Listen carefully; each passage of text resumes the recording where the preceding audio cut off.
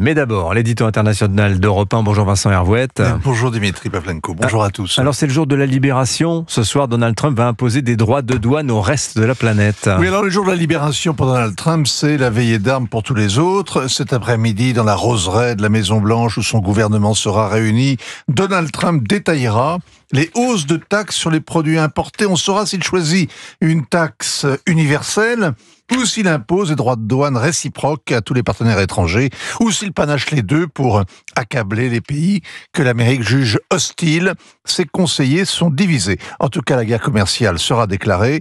Les seuls qui seront libérés aujourd'hui, ce sont les acteurs économiques qui se rongent les ongles depuis des semaines en essayant de savoir ce qu'on va leur infliger. Il a entretenu le suspense jusqu'au bout. Il aime les droits de douane, il en est obsédé. Selon lui, c'est même le plus beau mot du dictionnaire. Après Dieu, l'amour et la religion, quand même. On écoute ses tartarinades et on se demande s'il bluffe. Dimanche, il a promis « Nous allons être très gentils, bien plus généreux et plus doux que vous autres ». Mais il a aussitôt enragé que l'Amérique soit la tirelire dans laquelle tout le monde vole depuis des décennies. L'un de ses conseillers a été moins flou. « Aucun pays ne sera exempté », a-t-il dit.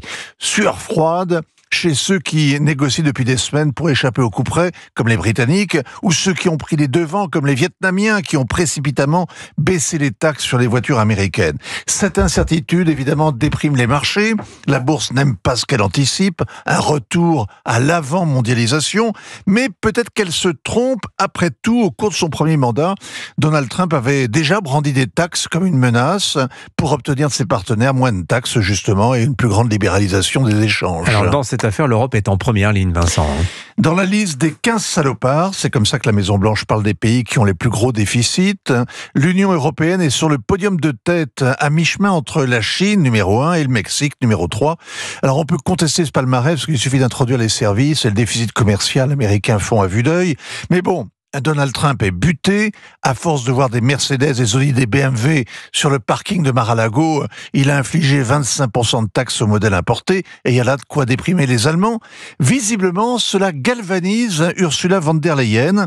La présidente de la Commission était hier au Parlement européen. L'Europe a un plan solide, a-t-elle promis. Elle prétend être prête aux représailles si nécessaire.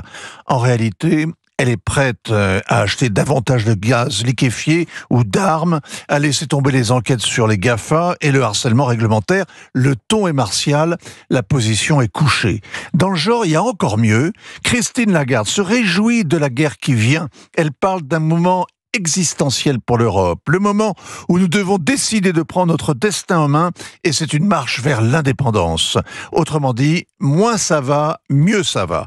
L'Union sera pauvre, seule au monde, mais digne. Elle devrait se réjouir de perdre 1,5 point de PIB et 100 milliards par an, estimation basse. Il suffit plus d'être va-t-en-guerre en Ukraine, il faut l'être aussi avec les États-Unis. L'Europe a inventé une forme de masochisme héroïque. Signature Europe 1, Vincent Hervouette qui a la dent dure avec l'Union européenne ce matin. Merci beaucoup Vincent, 7h46. 7h, 9h, Europe 1 matin.